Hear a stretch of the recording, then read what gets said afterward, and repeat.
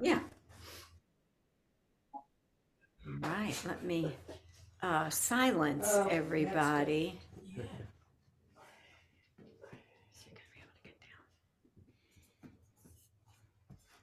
Got it.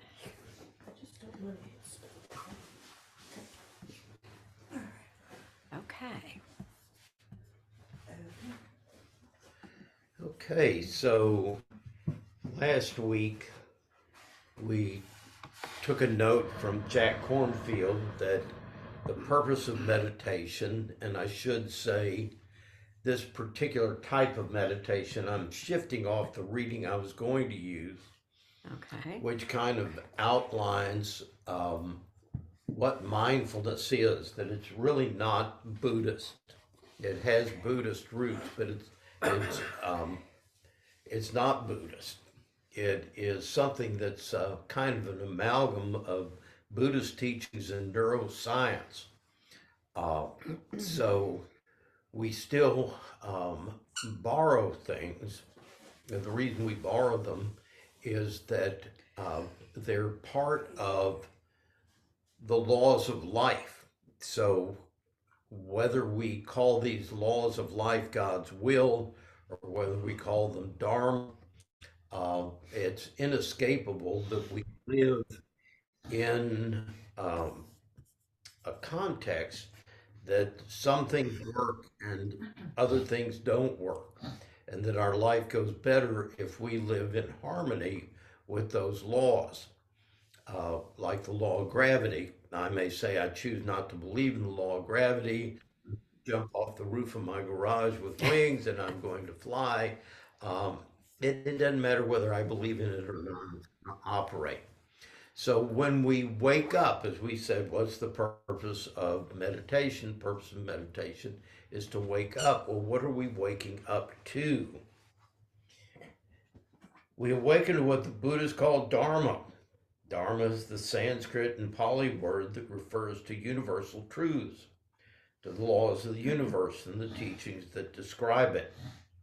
In this sense, finding the Dharma is quite immediate. It's the wisdom that is always presented to be discovered. So that word, it's always present to be discovered. This is where my self-centered wheel, the way I think life should be or shouldn't be, begins to interfere with my ability to see what is. So the more I can let go of that and develop clear seeing, which is one of the aspects of meditation, learning to see without that conditioned filter, the more I'm going to be able to discover these laws. It's different than waiting for God to come down to us in a cloud of glory, or having a big spiritual enlightenment, or a wonderful otherworldly experience. The Dharma of wisdom, what we can awaken to, is the truth that is right where we are when we let go of fantasies and memories and come into the reality of the present. When we do that and pay careful attention, we start to see the characteristics of the Dharma in the very life in which we live. And that's why Lao Tzu says there's no need to go anywhere different for clear seeing. These laws operate everywhere. They operate on your cushion if you know how to see them. So back to Jesus's, if you only had eyes to see, ears to hear, the kingdom would be revealed to you. One of the characteristics of Dharma that shows itself in meditation is impermanence and uncertainty. Okay?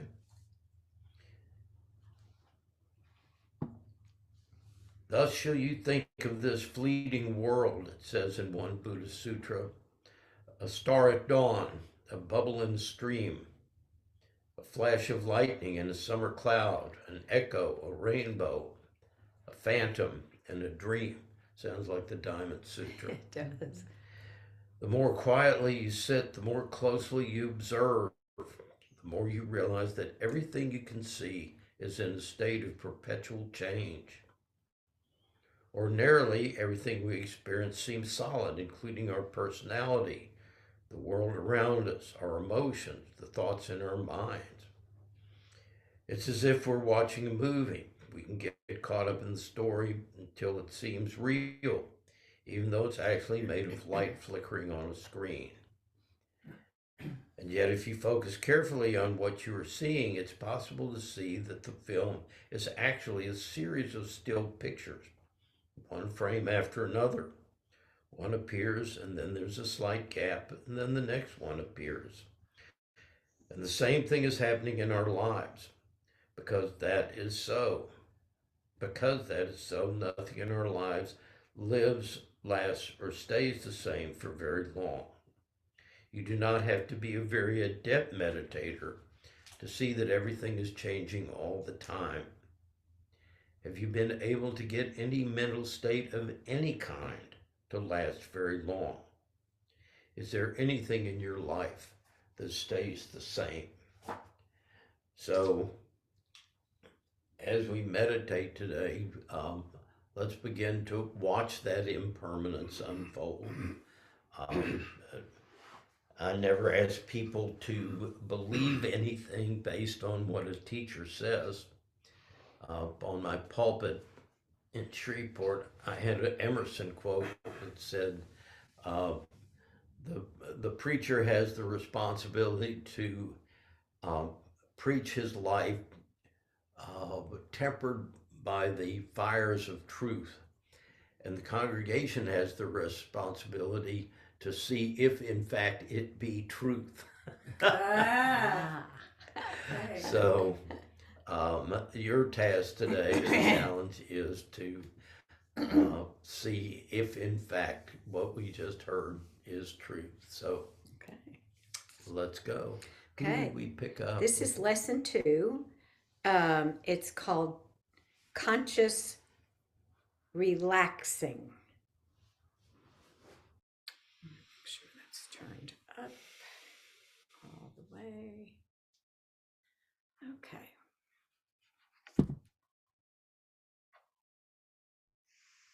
On your first day of practice, you started the process of what we call arriving in presence. You explored pausing and feeling the sensations of your body and becoming aware of your states of mind. Now, you might have noticed that this mindful presence is not our habitual way of being. Why is that? If you ask yourself in this moment, what's between me and feeling happy or at ease? Just sense what comes up. And for many of us, it's being caught in tension and stress. That's what gets in the way of feeling at home. When we're preoccupied and busy, the body grows tense and the mind becomes anxious. Thomas Merton puts it this way: the rush and pressure of modern life are a form, perhaps the most common form, of contemporary violence. To allow oneself to be carried away by a multitude of conflicting concerns, to surrender to too many demands, to commit oneself to too many projects, to want to help everyone and everything is to succumb to the violence of our times. By pausing for a moment of mindful awareness, you shift from that violence into a genuinely healthy way of living. When you take time to stop the busy doing and relax your body, you find that your mind follows suit. This conscious relaxing is the next step to arriving in presence. So let's take a moment to consider how stress works. When we're triggered by something that seems threatening, we automatically go into fight, flight, freeze. Now, if triggers are extreme or ongoing, our nervous system becomes overloaded and locks into a continuous state of fight, flight, freeze. What this means is that our bodies now regularly bathe in the biochemistry of stress, trying to protect us from perceived dangers, and our muscles are chronically tensed. You might imagine making a fist and having to keep on clenching it. You'd soon find that it would take more and more energy to sustain that tightness. It's exhausting to be in a continual state of stress, and it undermines the quality of our daily life. As poet John O'Donohue puts it, we're so busy managing our lives that we cover over this great mystery we're involved in. As you know, stress also can diminish your health and shorten your life. Research shows that mindfulness practice lowers the stress hormone cortisol, helps prevent inflammation, and lowers the risk of depression and heart disease. So we can either be caught in stress or learn how to pause, relax our body, and begin to come home to our natural presence.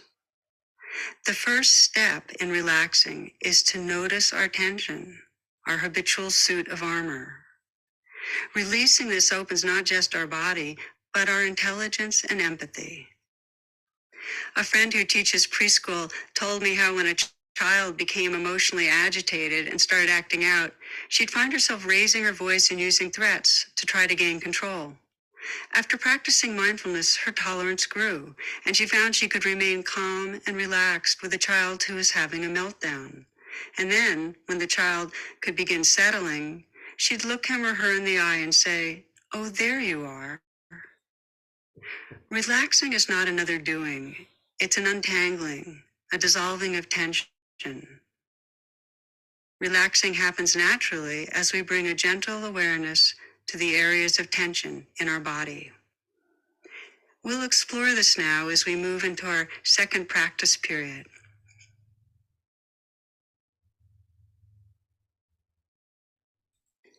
To begin our practice of conscious relaxing, settle into a comfortable posture, ideally sitting in a way that allows you to be alert and also at ease. Gently close your eyes, allowing your attention to go inward. And set your intention right from the start for a relaxed presence. As you come into stillness, let your attention rest in the breath. Let's take a deep in-breath now, filling the chest, filling the lungs,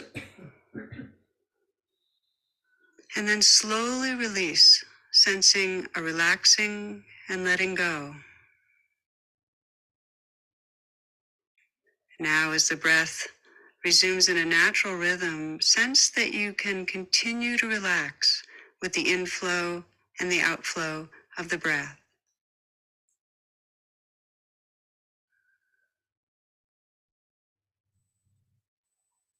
Feel your body breathing, your body sitting here.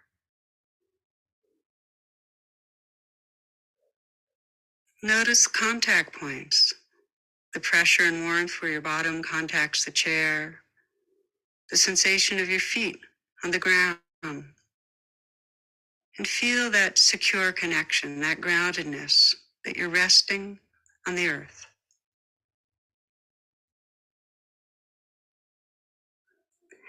Now bring a relaxed attention to your eyes and allow them to soften, letting the brow smooth and relax. Allow your jaw to be unhinged and relax the root of your tongue. You might sense a small but real smile at the lips and a smile inside the mouth.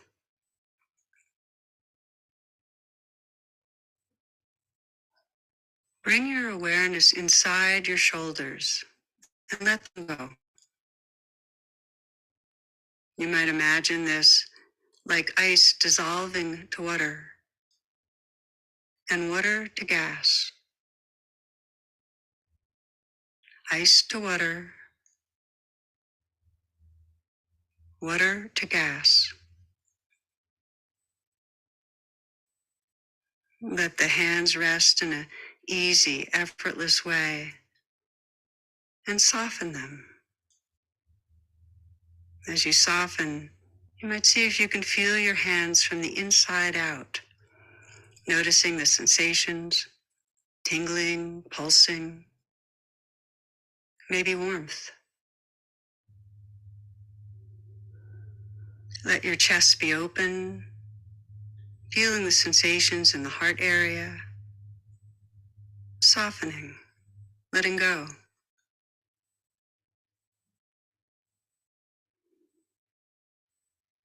Allow the belly to be loose and relaxed. You might see if you can receive your next breath in a softening belly. This breath And now this one. And again.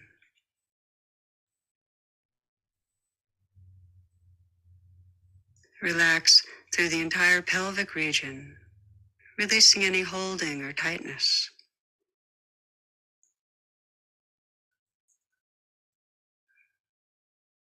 Relaxing down through the legs, the feet.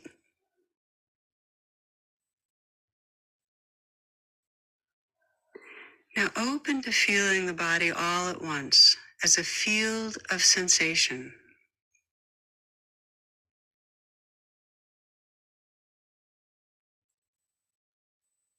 Sense your own calm, open presence, feeling the gentle movement of the breath, witnessing the changing dance of aliveness.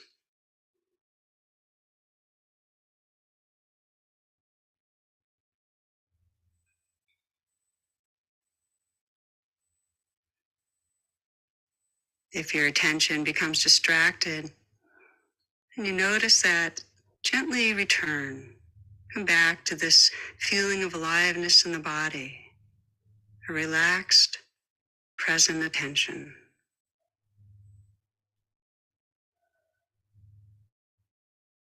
Often when the mind wanders, the body tenses up.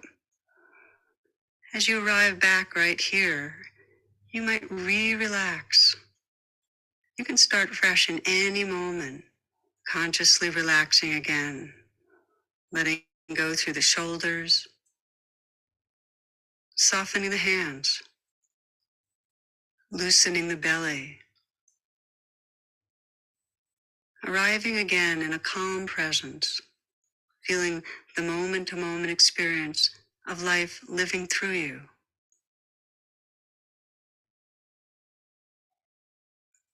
With the sounding of the bell at your own pace, open your eyes and sense the possibility of entering your next activity with a relaxed, spacious presence.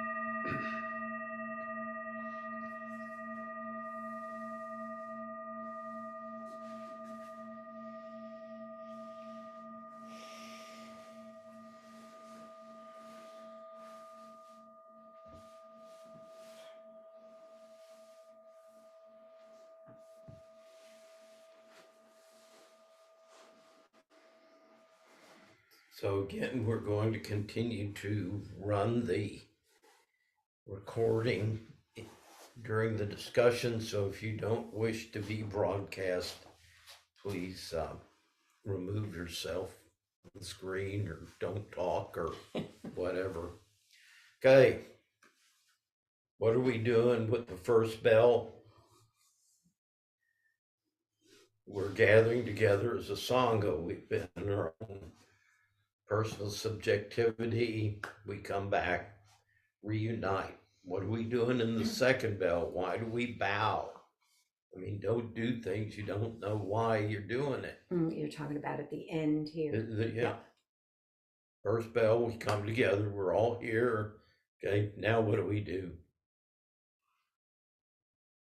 Honor the Dharma. Oh, got it in one. That's why she's the head monk. Okay, so we're not bowing to a god. We're not bowing to the teacher.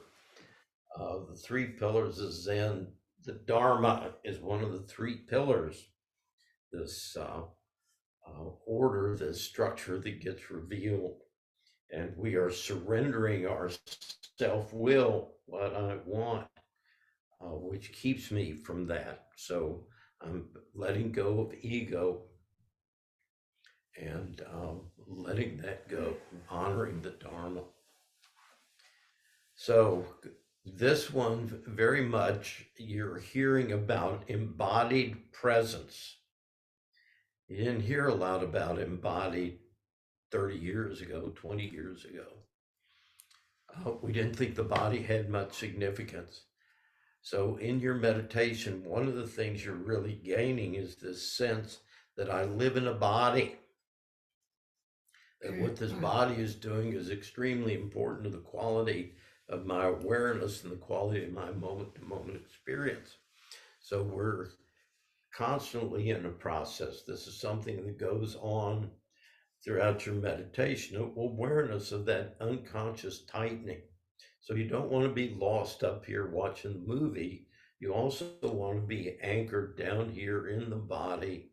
What's the body telling you? So you've got a two-way street operating here. My mind is allowing my body, saying we're safe, all right? But if the body starts that habitual tension, I can begin to feel that in the quality of my thoughts. My thoughts will change. They will start to be worrying about what I had to do. Again, let go of the show that's being driven by tension in the body. Come back, soften the body. The body, what we're finding is very attuned, very connected to how we feel emotionally. So if we can get the body to think it's relaxed and put it in things that it identifies with relaxing, our emotions calm down, our thoughts calm down. We live in a much gentler, softer world. So I just find that so exciting. So we could be driven by our mind in a certain situation with worry or tension or anger or such, which affects the body. But then it works the other way too, which is this self-regulating, this cool stuff with the vagus nerve. Exactly. That now, okay, I can control all this stuff with my mind by relaxing my body, which then rids the tension in the mind. And it's so much simpler than, oh my God, I have anxiety. Well, I need to go back in my childhood and figure out what the trigger was, and I need to address the person who traumatized me. And God, all that work that's totally unnecessary when you learn to just go, I'm triggered, and then signals to the body that it's okay to relax, that I'm safe right now. And what we don't realize is the minute we go to work trying to fix that, okay, this is an important key point and why it doesn't work, is they use this to try to fix themselves. No, it's not a way to try to fix something. That puts you in the fight or flight part of your body. It's just an invitation and signal saying, okay, relax, you're okay. So it really is a compassionate act And that's why compassion is so important, is that you're showing compassion back to the child going, it's okay. It's okay. I'm here. You didn't have me. I got you. We're good. Okay. So what y'all got this morning? You want me to turn the screen a little? No, it's good. It's really what yoga is all about, right? Yes, that was Tommy's comment. Did you hear that? That's really what yoga is all about. It's the body mind Right. experience. Yes, exactly. And I can't tell you how that really kind of shocked me at first as a teacher. And at the end of class, the students would say, "Oh my gosh, that was wonderful," and I would ask them to be more specific about it, and 9 times out of 10, the answer is, I feel so my mind is calm, Yeah. and I'm like, wow, this is a physical practice, but we walk out with a calm mind. Yes. So there's no difference. We're really dividing for purpose of discussion, but we really are body minds. It's a slash. It's not a Yoga. separation. Yeah. Yep. Yep. That's what we're yoking. That's what Yes. Yeah. is we're reuniting our conscious awareness of body, emotion, and mind. I find it difficult to, I try and maintain straight back and do some of those other things. And it's hard for me to do without tensing like stomach muscles. Mm. And if I let that go, then I'm leaning forward instead of the straight back. And so I get all lost in that. Yeah. Mm. Yeah. Met Linnell. She said she was impressed because I told her that if I spent 20 minutes of my 30 minutes of meditation adjusting my posture, I was having a good meditation. Okay. Right? Now, why is that? Because you're present. Okay. Because you're feeling your body. You're experiencing your body. So rather than tensing, move to find balance. So you really want to stack your shoulders over your hips. You don't want the tip in the pelvis. You want the pelvis straight. You want the shoulders relaxed. They're supposed to hang. I don't know whether you know, what's the only place where your shoulders and arms are connected to your body bone to bone?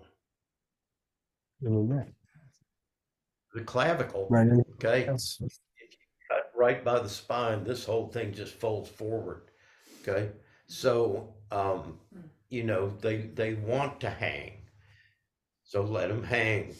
The head wants to be back just slightly and balanced. You can feel the stress when your head goes forward. You can feel it in your middle back. If you're doing this, you can feel it in these muscles. But when you're right here, nothing's working. So that's good awareness. Now, rather than working so hard, allow it to find the balance. Play with it. Yeah. Okay. That's what you're doing. Yeah. Yeah. Soften the belly. Then you do come out of the pose a little bit, but you can still have that seated mountain energy with a soft belly. Mm-hmm. Oh, it's got to be soft. So. Yeah. I know in doing yoga with Hansa, and I guess the word that I describe or feel about yoga, it's so delicious. And she will always say, don't do yoga, Timothy, just let it do you. Just let it do you, and don't copy me. Don't try to do what I'm doing. Just let yoga do you. And I know whenever I finish a class, everything, not everything, but it's life or the energy around it feels so, oh gosh, I'm trying to think of the word. When I'm finished with the class, I don't want to use the word energize, but life or whatever I call it seems to be a little bit brighter. Go do stuff.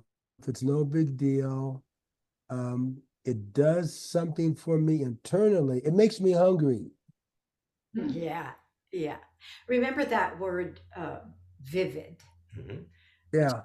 which is a good word too. So what you're describing is what neuroscience is calling ventral vagal. Okay. What you're doing is you're shifting out of the fight or flight or the withdraw and freeze Okay. response. And this ventral thing is just a different part of your nervous system.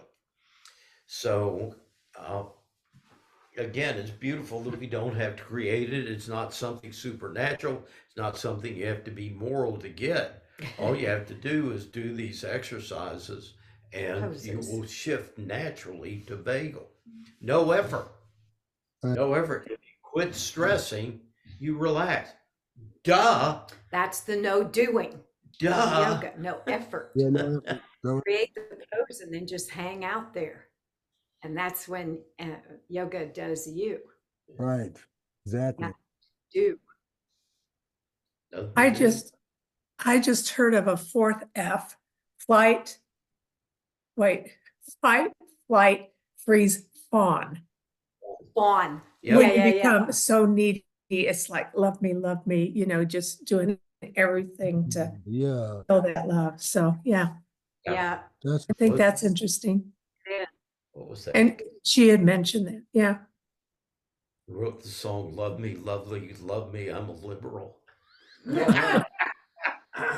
Okay. Oh my God. Okay. Yes, exactly. So these are all associated with the fight or flight, Woody. So when we hit fight or flight, we do 5 things. We're programmed to do this. This is not why you're neurotic. This is not about your childhood. This is because you have a nervous system that's evolved over 2 million years. And these things emerge in hunter-gatherer bands, and they're highly adaptive defenses in a hunter-gatherer band where abandonment, ostracism meant death. It's driven by a very strong survival impulse, okay? A survival terror of being rejected. One is to bully. If I'm scared, I'll bully you. I'll get you to do what I want you to do. If I can't bully, I will learn to comply. I will become submissive. I will fawn. And you see this in animal. A dog dominates. What does the other dog do? To stop the Rolls on fight, its rolls back. over and shows his throat. Okay. Um, Working too hard, overworking, make yourself indispensable to the tribe. Okay. Run away is another aspect. And then over Flight. controlling. There you go. Flight. Yep. Fight, flight, or control everything in your environment, which is why when you're scared about COVID, you clean your house. Why am I cleaning my house compulsively? Because it gives me the illusion of safety to clean. So you don't make these things up. Your environment will determine which works. If I'm big, I can bully. If I'm little, I'm probably going to learn to fawn.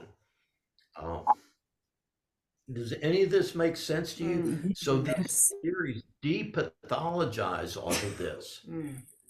They just say, look at it. It's just your brain. It's the way your nervous system is constructed. Um, and so this kind of meditation says, okay, given the fact that this is the way your brain works, how do you take control? And that's where, if you listen to what they said, watch the film till you can see the space between the frames. Mm. Okay.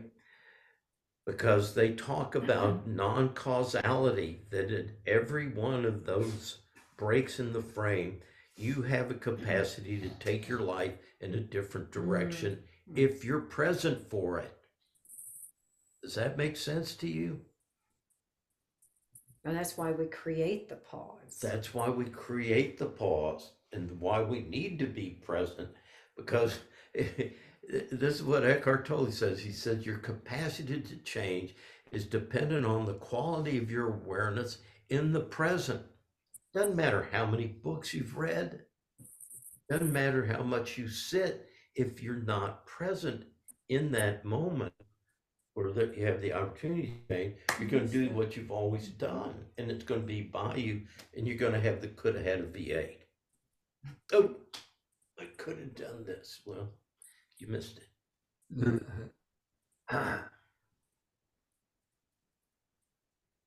Makes sense.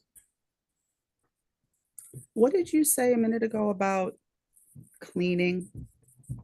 No, I'm serious because I said, I think it was about a year ago.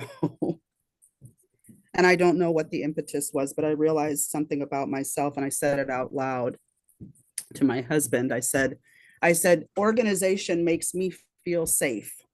Yes. Yeah. Hi. So my t-shirts. Okay, I'm not the only one. No, No, not at all. And it's so funny. I can look at bookshelves of people who come to me as clients, and one of the self-help things is how to organize your clutter. yeah. Okay. You got the And Marie Kondo books. Yeah. and feng shui and how to organize your life and Yeah. all these kinds of things that are all fear-based at their root. Do you Oh. see that? Yes, but I can't stop doing it. But Yes. but awareness is the first step. So I'm aware. Yeah. Yeah, you can't cop to I can't stop it. It is possible. Maybe you can't, but it is possible to stop. Or maybe I don't want to yet. Maybe that's Maybe the I reason. don't want to. You know, there's a That's lot of it. things that I get joy out of in cleaning the house. It is organizing. It's cleansing personally, I guess. Oh, And I had a gal tell me that one time. for me, it's a sense of having control of my environment. When everything else is going haywire outside, Yeah. my life is, there's too much uncertainty and there's a lot of scattered stuff going on. Cleaning and organizing and tidying my house gives me a sense of control over a little bit of my environment, and makes me feel like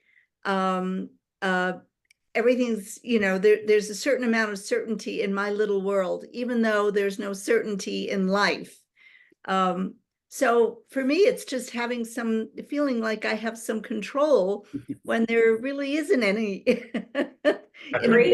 In the big picture, there isn't any.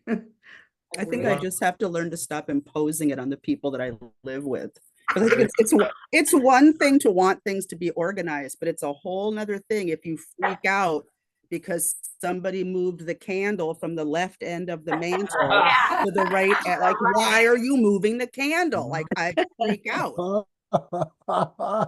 It's true. Oh, Yeah. I know it's true. Yeah. Oh, wow. Everything can be taken to an extreme. Yes, I need help. Everything. Well, I must be really weird then because I'm looking around right now and there's t-shirts on the floor.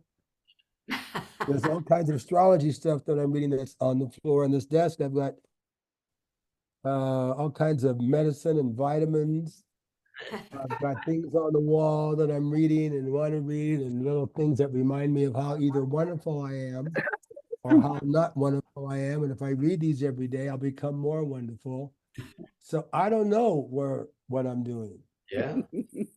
So that's not your jam, so you've got to find what is, Okay, all right. So it's not that we're all going to do all these things, but we're all going to do some of these things.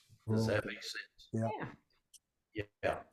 So now back to what you said, Channing. There's a poem, a great poem by the German poet Rilke. It's called A Man Watching. And he says, when we win, it's in the small things, and the triumph itself makes us small. Okay? Because it gives us the illusion that we have control. Mm. He says, if only we could let ourselves be dominated as things do by some immense storm, we would not need to control. Okay. Okay. So, and that just is right on the pulse of what we're talking about, Yeah. is that we spend this time trying to find refuge from the storm instead of going out in the storm and not seeing it as an obstacle. And It's so life. that's very much what we're doing on the cushion, is building our window of tolerance for our internal storms, for our ability to sit still when the fear comes and the restlessness and the desire to do something, the compulsive doing, the compulsive wanting to understand, why is this happening? What am I going to do about it? The two questions we ask. Nothing. Yeah. Relax and Enjoy the show. and pay attention. My sister has this wonderful saying in one of her bathrooms, and I'm always going to steal it, but I never have. And she's had it for years and years. And it says, life is not about how to survive the storm, but how to dance in the rain. I love that. Mm. Yeah. Oh good. God. Yeah. You know, you don't realize how much we've lost until you see children. They showed a Scandinavian daycare center and the kids were in a mud, Yeah, they were playing in the mud. just absolutely covered with mud. And I went, you know, we Wouldn't- are a second-rate nation. Wouldn't happen. Oh God. Anybody else got anything?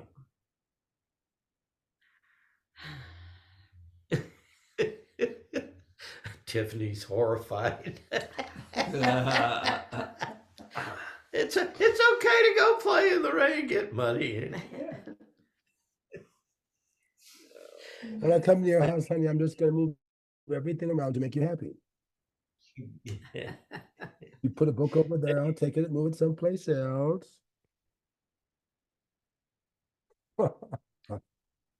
Oh my goodness, I'm crazy.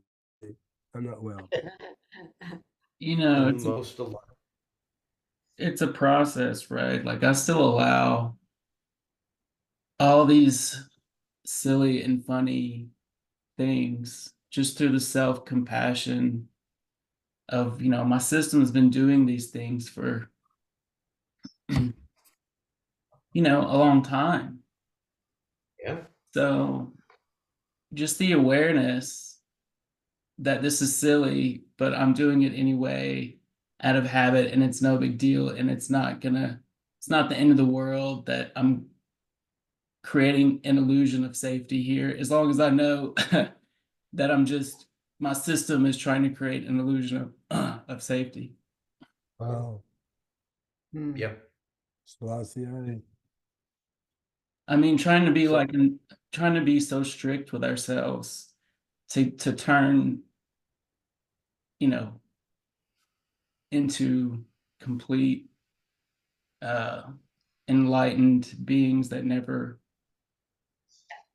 you know, that's just, what do they call that? Turning plan A back into plan B. Yep. Like, so, Plan A, we turn it back into Christianity, that I've only got this lifetime to be perfect. And God wants me to be perfect. Be perfect, even as your Father in heaven is perfect.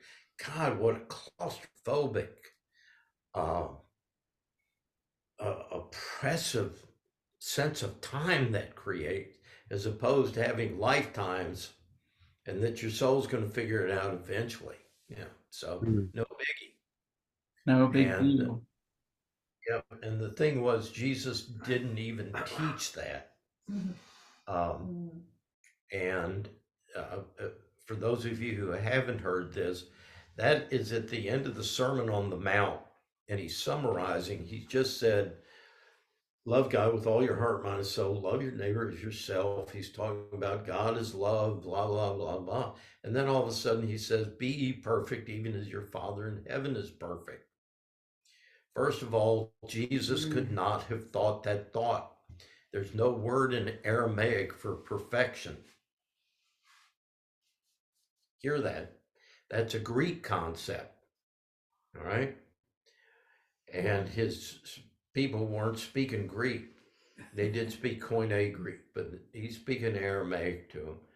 What he said was, will only to unfold out of your nature, even as your heavenly Father wills only to unfold out of his nature. Okay. So this has the idea of God as process. Okay. When God is asked, who are you? He does not give a name, which is static. He says, I am who I will be. He doesn't say who I am. It's a verb that has a future movement. I am who I will be. I will be there Thursday. Okay. My intention is to move there. I am moving towards that, which is why you have the Old Testament. It's the history of God's relationship with the people of Israel, where they're getting to know each other the same way you and I do, by living with each other, by experiencing each other. You can give me your name, but I don't know you. Okay. So he's coming back to that concept and saying God is love. He only wills to be love. He has no secondary will to loving. Your love, your image, you're created in that you are embodied, incarnated love. Will only to love.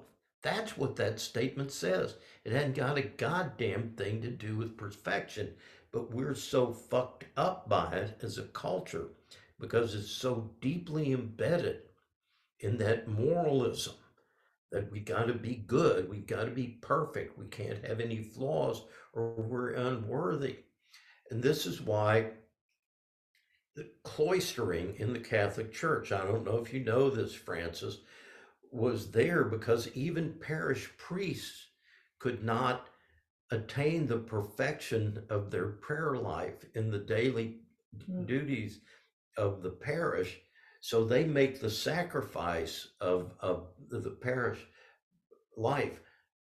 But only the people who went to the monasteries had a hope of attaining that kind of perfect love, perfect peace and stuff. So it's important to understand these histories and that you're not in any spiritual risk for not believing an error in translation. Does that make sense? Interesting. Yeah.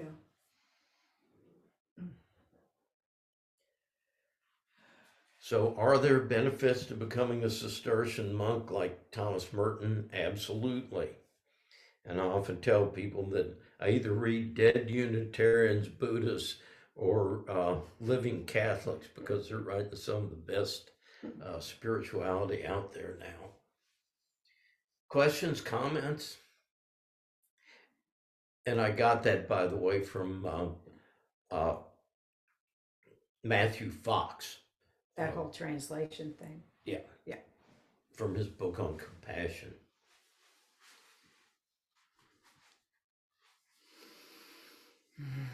Galen, are you there?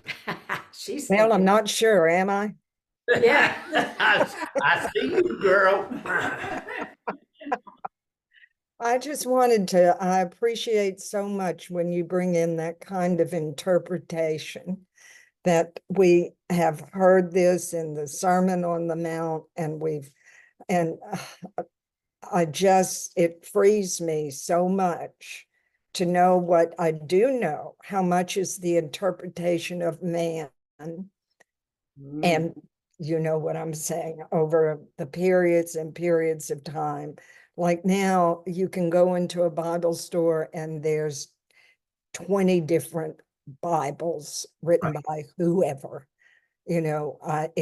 It's everyone's own interpretation anymore to me. So to go back to the roots, I think, is so important to bring that in, that we are not bound by what we hear. That so anyway, I'll mute myself back up, but I hope No, I I said just want to what say I it. wanted to say. The Bible is a form of idolatry.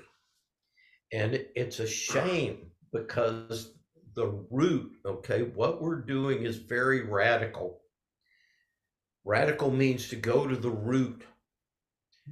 Jesus was a radical because he was trying to go back to the root. The Jews were so bound in their legalism, and they're always spouting the law to him about don't eat with this and don't consort with people who are unclean.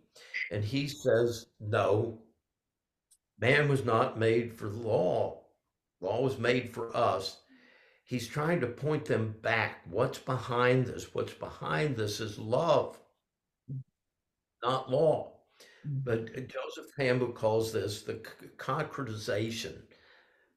We take the flow of the Spirit and we turn it into a word and we nail it to a place. We put rituals around it, and that's an idolatry. The freest place in the Bible was the period in the wilderness where they had no place, where they're following a cloud of fire and flame, and where God's got a footstool. That's the freedom. That's where we should be. But we keep, they get to the promised land. God, we're going to build you a temple. I don't need no fucking temple. I've been doing fine for 40 years without a temple. Well, the Canaanites have a temple and the Baalites got a temple. No, no. Right. You're much better. Put your Bible down. Find God and do what he said. Love whatever you find sacred with all your heart, mind, and soul. Let that fill you up, and out of your abundance flow out into the lives of others with whatever gifts you're given. If you're a janitor, do it with love. That's what Dr. King said. He said we can't all go to college and get a degree. We can't all make our noun agree with our verb, but we can all do acts of loving service. He's right. Okay. So with that thought in mind, let's go ahead and ohm. That's a good one. All right. Oh my goodness. Deep breath in.